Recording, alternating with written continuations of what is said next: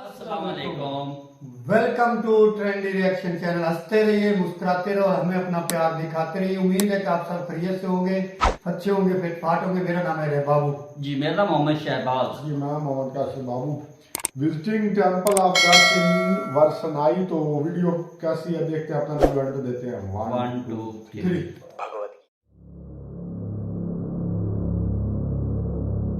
भगवद गीता, रामचरितमानस, महाभारत जैसे किताबों के बारे में आपने सुना होगा, पर क्या आपने गरुड़ पुराण नाम की एक किताब के बारे में सुना है?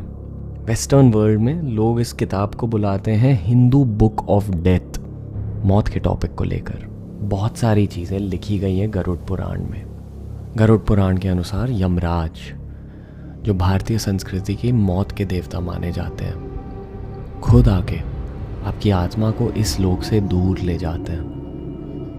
हमारे लोक का नाम है भूलोक, और अगर किसी का जन्म भूलोक में हुआ होता है तो उनके ज़िंदगी का एक ही कर्तव्य है, जीवन का सच सीखना। शायद इसीलिए हम सभी को ट्रैवल करना बहुत ज़्यादा अच्छा लगता है, घूमना अच्छा लगता है, सीखना अच्छा लगता है। और इसी सीख की खोज में मेरी टीम और मैं पहुंच गए बनारस, जहाँ हमारे बहुत सारे स्पिरिचुअल एक्सपीरियंसेस हुए। पर जो अनुभव इस दिन हुआ वो हम कभी भूल ना पाएंगे। हमारे इस बनारस के ट्रिप पे हमें एक डोम राजा के घर पे जाने का मौका मिला। इस घर में जाने से पहले मैंने कुछ भी नहीं एक्सपेक्ट किया, और जो चीज़ें हमने देखी वो दोनों स्पिरिचुअल थी और थोड़ी सी मिस्टीरियस। भारत अलग अलग संस्कृति का देश है, और इस एक्सपीरियंस के थ्रू मैंने डोम संस्कृति के बारे में ज़्यादा जानने की कोशिश करी। तो मणिकर्णिका घाट में या किसी भी गंगा बेसिन में आप देखोगे तो हर गंगा बेसिन के राजा डोमों को कहा जाता है, जो डोम कम्युनिटी के लोग होते हैं।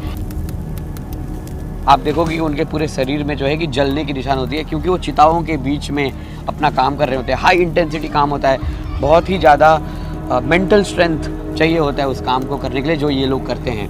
That is why they also consume alcohol वगैरह, बिकॉज उनको उस जोन में होना होता है। जो देवी जो होती हैं वो इनको प्रोटेक्ट करती हैं, इनको शक्ति देती हैं कि वो ये काम कर पाए जो कोई भी नहीं करता। Nobody handles the dead body, right? And they make sure that the dead body gets moksha. और ये लोग स्पिरिचुअली भी बहुत पावरफुल होते हैं, इंटेंस होते हैं। इसलिए होते हैं क्योंकि कहते हैं कि उनका संपर्क सीधा यमराज से होता है। तो ये मोक्ष के मार्ग में they are the last guards और guides who tell you that this is the path of the moksha. इन्हीं गाइड्स को और गहराई से जानने के लिए हम डोम राजा के घर चले गए। वहाँ डोम कम्युनिटी के कई लोग थे। वहाँ कोई भी कैमरे के सामने आने के लिए राज़ी नहीं था, पर उन्होंने वहाँ हमें शूट करने को अलाउ किया। उस घर में हमें कई सारी चीज़ों को देखने का मौका मिला, पर उस घर के एक कोने में था एक देवी माँ का मंदिर, जिसके सामने मैं मेडिटेशन करने बैठ गया। पर उस 5 मिनटों की मेडिटेशन में जो मैंने एक्सपीरियंस किया, मुझे डेफिनेटली देवी माँ की एनर्जी फील हो रही थी, पर उसके साथ साथ मैं उस एनर्जी को समझ नहीं पाया। ज़िंदगी में मैंने बहुत सारे मंदिर देखे हैं, बहुत सारे मंदिर से आशीर्वाद लिया है, पर एक अलग तरह का ही आशीर्वाद मुझे डोम के मंदिर से मिला। उस देवी माँ के सामने मेरी खुद की गलतियों का सामना मुझे करना पड़ा, और दिमाग में ही खुद की गलतियाँ देखते देखते मेरे आंसू भी निकलने लगे, और मेरा दिमाग भी उस मंदिर के सामने कहीं खो गया। उस क्षण में मनीष भाई ने मुझे वहाँ से उठाया, और फिर हम डोम राजा के घर से निकल पड़े, सिर्फ यादों के साथ। उस रूम में जो भी चीज़ें हमने देखी, एक चिक बेबी थी जिसकी बलि दी गई थी। पंडित जी ने ये भी कहा कि आज सुबह ही एक बकरी की भी बलि दी गई थी। मुझे भी कुछ एक्सपीरियंस हुआ वहाँ। मैं थोड़ी देर के लिए पूजा करने बैठ गया। बहुत पावरफुल एनर्जी फील हो रही थी वहाँ, और जिस तरह से आज मुझे काल भैरव मंदिर में वेलकम फील हुई, यहाँ वेलकम फील नहीं हुआ मुझे। हाँ, बस यहाँ वही होता है कि आप नतमस्तक हो जाते हो, क्योंकि ये लास्ट फेज़ है। This is the phase of death, and after death की कहानी यहाँ से शुरू होती है। आफ्टर डेथ की जो कहानी शुरू होती है, जो साइंस को समझ में नहीं आता और साइंस मानता नहीं है इस चीज़ को, बट आप यहाँ पे देखोगे, एक्सपीरियंस करोगे जिस तरीके से लोग अंदर बिहेव कर रहे थे, जिस तरीके से वो चिल्ला रहे थे। और ये प्रथा जो है सालों साल, 100 साल, 200, 500 साल से आ रही है। तो बहुत लोग आके यहाँ पे रिसर्च भी करके गए हैं एंड ऑल। जब हमें आंसर नहीं मिलता तो हम उसको झुठला देते हैं, हम उसको मानते नहीं हैं, राइट। सो ये एक जो है कि मिस्टीरियस चीज़ है। आई थिंक अब हम जा रहे हैं मणिकर्णिका का घाट, हाँ, वो एक्सपीरियंस करने। एंड थोड़ा सा ओवरवेलमिंग हो सकता है because Manikarnika has a very very intense energy. बहुत लोगों को मैंने टूटते हुए देखा है मणिकर्णिका में। और चलो देखते हैं, थोड़ा सा ओवरवेलमिंग होगा, अपने इमोशंस को फ्लो मत होने देना, कंट्रोल करके रखना, क्योंकि it's a process and everybody has to go through that process. Manikarnika Ghat पहुंचने के लिए आपको कई गलियों से गुजरना पड़ता है। उन गलियों से गुजरते गुजरते मैंने एक फ्यूनरल प्रोसेशन देख ली, यानी कि लोग किसी मुर्दा शरीर को घाट की ओर लेके जा रहे थे। बनारस शहर मणिकर्णिका घाट राजा हरिश्चंद्र घाट के लिए जाना जाता है। ये घाट, ये गंगा माँ, दोनों मोक्ष के दरवाजे माने जाते हैं। यहाँ के लोग मौत को बहुत ही अलग नज़रिए से देखते हैं। घाट तक पहुँचने की गलियों में भी लोग रहते हैं। उन्होंने कितनी मौत देखी होगी, कितनी चिताएं देखी होंगी, पर हमारे लिए ये सब चीज़ें बहुत ही अलग थी। हमें पता नहीं था कि हम इन चीज़ों को अब्जॉर्ब कैसे करें, क्या सोचें, क्या बोलें। बस बहुत ज़्यादा इस मोमेंट में हूँ, मतलब मेरे खुद के दिमाग में कुछ सोच विचार नहीं है, बस मोमेंट को अभी तक अब्जॉर्ब कर रहा हूँ। वहाँ अगर आप जूम करके देखोगे किसी भी चिता को, बॉडी के थोड़े थोड़े हिस्से आपको दिखने लगते हैं। किसी का चेहरा जल रहा है, किसी का हाथ जल रहा है, वो मुझे थोड़ा सा अजीब लग रहा है। ये मैंने कभी इतने पास से नहीं देखा है। अब मैं यहाँ पे आपको समझाता हूँ, जो जिस चीज़ को आप चेहरा या हाथ या शरीर कह रहे हो, उसका कोई अस्तित्व नहीं है। वो सिर्फ और सिर्फ एक यंत्र था जिसमें आपकी आत्मा घूम रही थी, और आज आत्मा निकल चुकी है और वो यंत्र एक कबाड़ में पड़े हुए गाड़ी की तरह है, उसका कोई अस्तित्व नहीं है। गरुड़ पुराण के अनुसार यमलोक में मृत आत्माओं के लिए 4 द्वार बनाए गए हैं, 4 दरवाजे बनाए गए हैं। सात्विक विचार वाले लोगों के लिए, जिनका दिल साफ है, जो अपनी फैमिली का ख्याल रखते हैं, उन्हें ईस्ट यानी कि पूर्व के दरवाजे से प्रवेश करने का मौका मिलता है। जिन लोगों ने अपनी ज़िंदगी में बहुत ज़्यादा दान किया है, बहुत ज़्यादा चैरिटी की है, उन्हें पश्चिम दरवाजे से प्रवेश करने का मौका मिलता है। संत, महात्मा, साधु वो उत्तर दरवाजे से प्रवेश करते हैं, और दक्षिण के दरवाजे से वो लोग प्रवेश करते हैं जिन्होंने ज़िंदगी में बुरे काम किए हुए हैं, जिन्होंने लोगों को दुख पहुंचाया है। कहा जाता है कि जो लोग दक्षिण के दरवाजे से प्रवेश करते हैं, उनके लिए धर्मराज यानी कि यमराज अपने प्रजा के साथ साथ ये निश्चित करते हैं कि इनका क्या हो, अगले जन्म में इनकी ज़िंदगी कैसे होगी, अगले जन्म से पहले इन्हें नरक में किन पीड़ाओं का सामना करना पड़ेगा। जब आप उस अग्नि में देखते हो, जलते हुए चिता को देखते हो, तो आपका आत्मा आपसे सवाल पूछती है कि तू कौन है, तेरा क्या अस्तित्व है, तूने क्या कमाया है, तू क्या बटोर रहा है, और तू जाएगा तो क्या लेके जाएगा। कोई कुछ भी लेके नहीं जाता, सब यही छोड़ के जाते हैं। नाम, रिश्वत, शोहरत, इज्जत, हर कुछ। वैसे तो गरुड़ पुराण में मौत के बारे में बहुत कुछ लिखा है, पर मौत ऐसी एक चीज़ होती है जिसके बारे में आप सिर्फ तभी सीखोगे जब आपको खुद उस चीज़ का अनुभव होगा। गरुड़ पुराण के अनुसार जब आपकी आत्मा आपके शरीर को छोड़ के जाती है, मौत के उस क्षण में आपके मन को, आपकी आत्मा को, आपके शरीर को बहुत दर्द से गुजरना होता है। मौत के समय ऐसा लगता है कि 36,000 बिच्छुओं ने आपको साथ में डसा है, और इसी दर्द को लेके हमारी आत्मा भूलोक से यमलोक चले जाती है, यमलोक से अलग अलग लोक चले जाती है, और फिर शायद से भूलोक लौट आती है और हम इस भूलोक से तब तक गुजरते जाएंगे जब तक हमने इस भूलोक के बारे में सब कुछ ना सीख लिया, जो आप केवल किताबों से नहीं, वीडियोस से नहीं, लोगों से नहीं, पर सिर्फ ऊपर वाले से जानेंगे। ज़िंदगी में अच्छी चीज़ें करते रहो, लोगों को दुख ना पहुंचाओ, इस दुनिया में खुशियां फैलाओ, और ये इच्छा दिल में रखो कि मौत के समय उस भयानक दर्द को आप सहन कर पाओगे।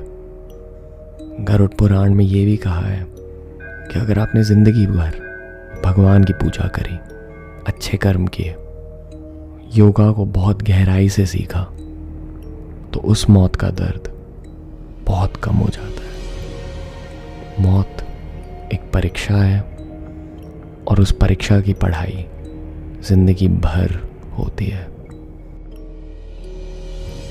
हर हर महादेव। ओम शांति शांति। जी गाइस, वीडियो खत्म हुई। बाबू भाई क्या कहेंगे? माय गॉड यार, देखे ना, जिंदगी जब इख्तिताम पजीर होगी तो हमें किन मराहिल से गुजरना पड़ेगा यार। कितना दर्दनाक जो है ना, हमें दिल दला देने वाली 36,000 बिच्छू वो कह रहा है आपको दंग मारेंगे।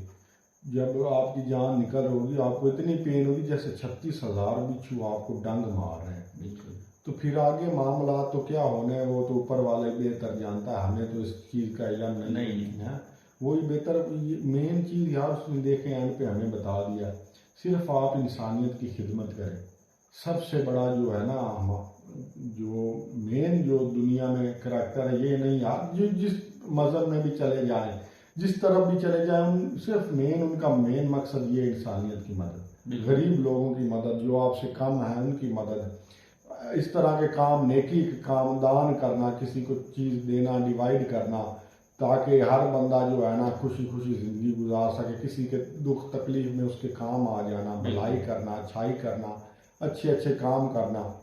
तो ये चीज़ें फॉलो करने से आपको जो है ना ऊपर भी राहत मिलेगी, ये जहाँ भी बेहतर होगा, आने वाला जहाँ भी बेहतर होगा। तो आप कैसा देखते हैं यार ये सारी सूरत हाल को? देख कर बाबू भाई ना दिल को हला दिया है जी। और जैसे वो कह रहे थे कि 4 दरवाजे हैं। जी जी। जो पूर्व वाला पश्चिम वाला, हाँ, ये 2 दरवाजे तो अच्छे थे, मतलब सुकून दे इंसान गुजरेगा वहां से। वो और जो मिट्टी वाला ना, जहाँ पे वो बड़ा सा खड़ा होगा,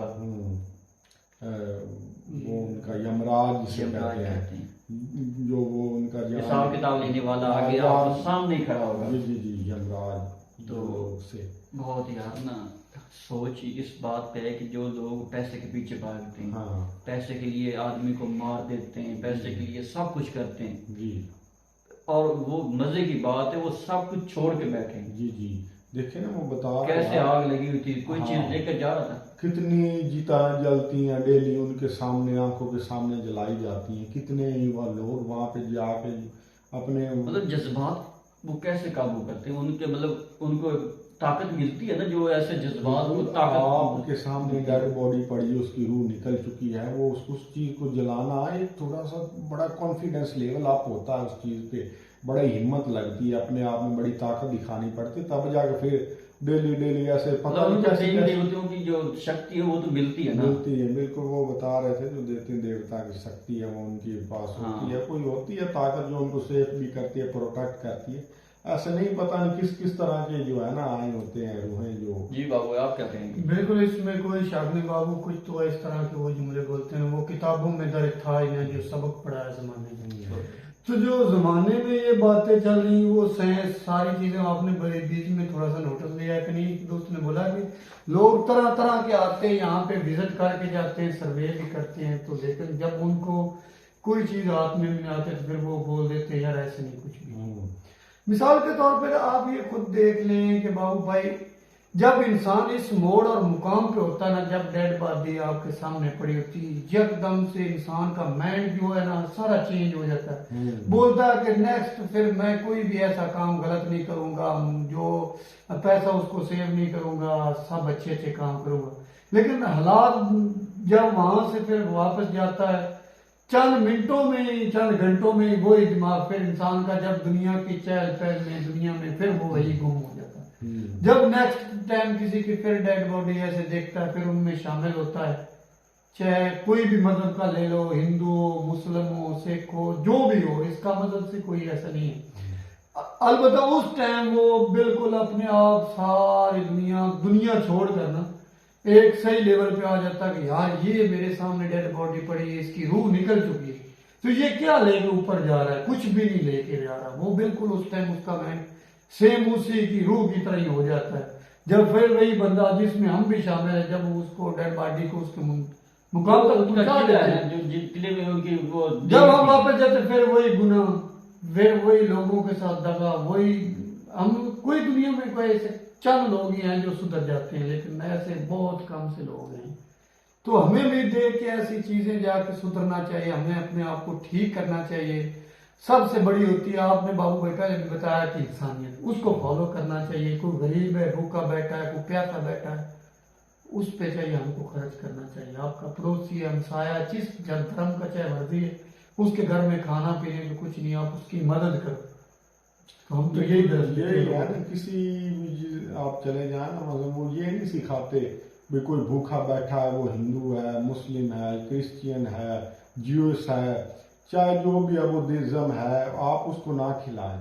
नहीं कहते हैं आप उसको खिलाएं, भूखे को खिलाएं। बिल्कुल, आप भूखे को खाना खिलाएं। आपने ये नहीं देखना ये कौन है, आपका दुश्मन है, किस तरह है, ये चीज देखना। और जैसे भाई ने बताया ना कि मैं बड़े बड़े मंदिरों में गया और मुझे आशीर्वाद बहुत ना नादल लिए, जो मजा वो किले में आया ना, कहता है उसके मजा ही कुछ नहीं। बिल्कुल यार। और दूसरी भाई बाबू भाई, आप अंदाजा चीज लगा ले, जो पूरी कायनात को रिज़्क देगा, उसको तो हर चीज का इल्म है ना, जो बेस्ट है, जो गलत है, जो सही है, लेकिन फिर भी वो रिज़्क सबको बराबर देगा।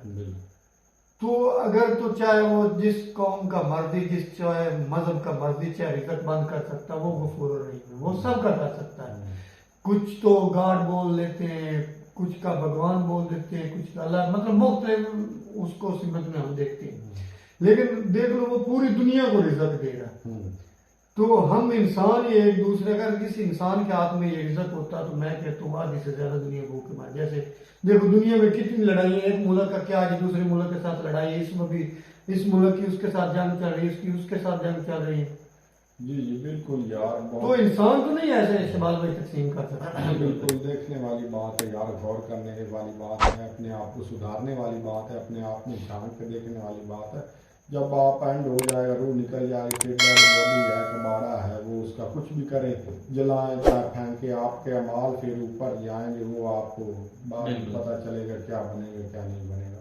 तो कमेंट सेक्शन में जरूर करें, जो दोस्त नया है वीडियो को सब्सक्राइब करें चैनल को, और वीडियो को शेयर करते जाएं। आपके हमारा प्यार इस तरह हमारा जुड़ा रहा है। बहुत जल्द मिलते हैं नई वीडियो के साथ, इजाज़त दीजिए।